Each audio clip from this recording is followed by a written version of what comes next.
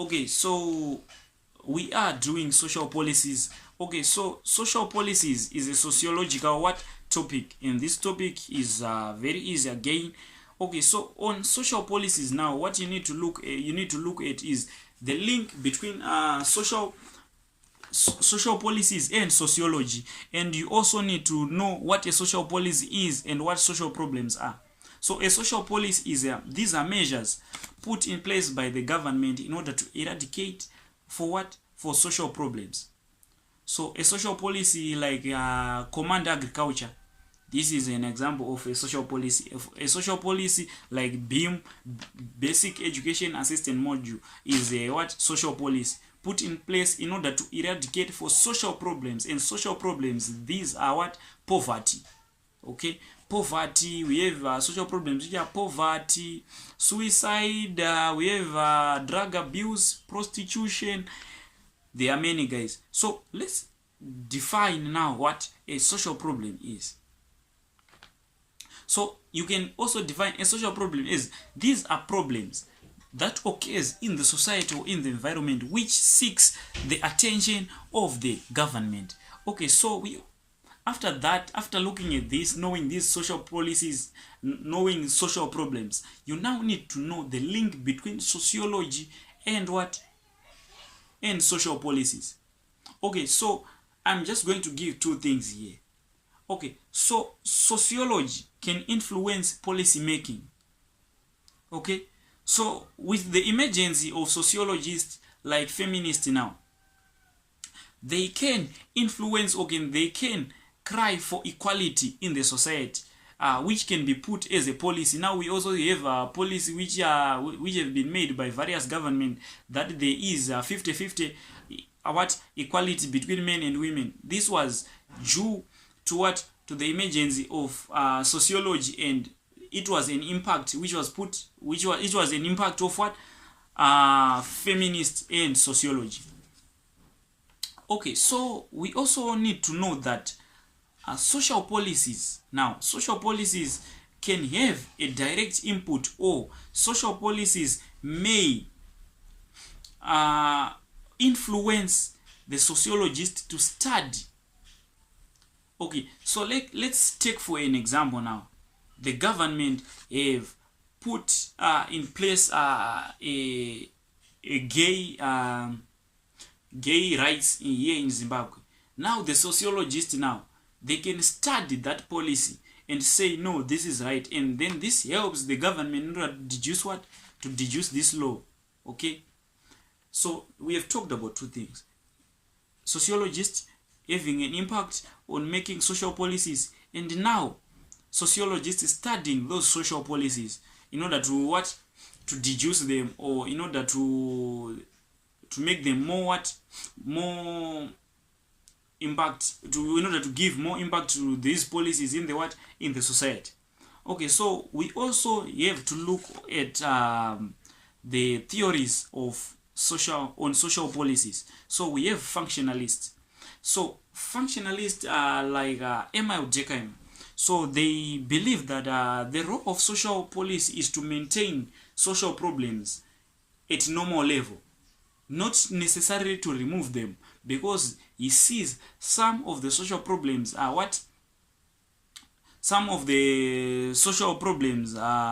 necessary in the society. Like for example, you take crime. He sees crime as necessary in the society. Durkheim also argues that individuals should not be blamed for causing social problems in the society, but rather the society is to be blamed. We also see that Durkheim also further argues that prostitution is functional in the society because it saved many families from collapsing.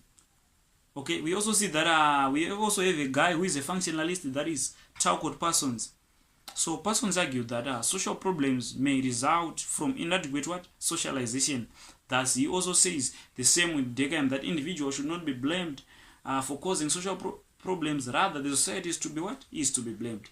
Okay, so we also look at symbolic interactionists. So on symbolic interactionists, they say social problems occurs as a result of two ways. So on the first thing, the symbolic interactionists now, they believe that social problems, they occur caused by what is known as differential association. So what is differential association?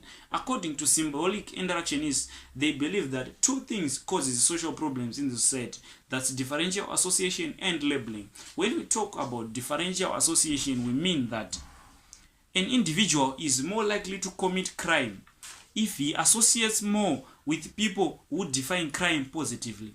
Now, if you spend much of your time with people who define crime positively, according to symbolic interactionist theory, you are more likely to commit what? To commit crime. Okay, so another thing is labeling. So labeling is now like attaching a sticker to someone.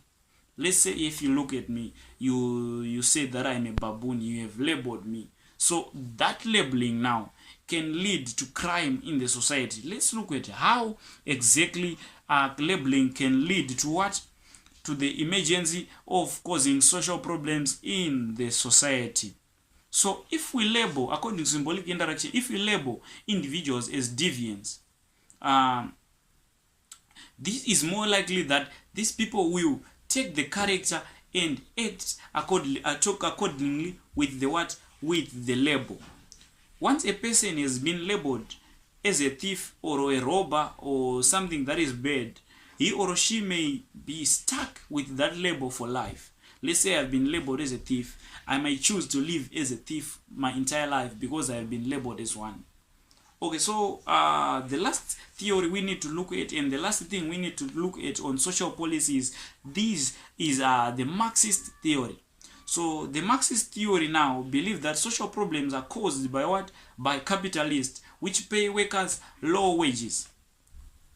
Okay, so when individuals, they are given low wages now, they are more likely to commit crime because they face poverty and they have many things to do. That's according to what? To capitalists. Okay, so another thing is that according to Marxist, social policy is a law which reflects the interest of the ruling class. So they see social policies reflecting the interest of the ruling class. Let's take some measures they are put in place by the government in order to what?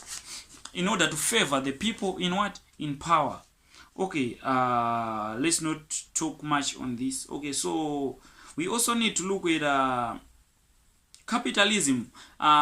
Marxist further argues that capitalism further causes social problems by bringing about widespread of unemployment through replacing people with what? Machines. That is known as automation and what? Mechanization, for them to make what? Maximum profits, whilst they what?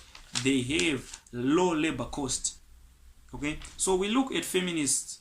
So feminism now blames patriarchal society for causing social problems. So liberal feminists argue that women from both upper class and working class, they are discriminated and they are suppressed by what? By men, or by the patriarchal society. When we talk about patriarchal society, we mean that a society that is male dominant. Okay, so looking at feminism now, liberal feminism now believe that feminists have made progressive successes in challenging what? These policies that have been put by the government. Now we see that now there is equality in the society. This is due to some feminist what? Feminist work. Okay, so that's all on social policies. We see you again on another lesson or on another video.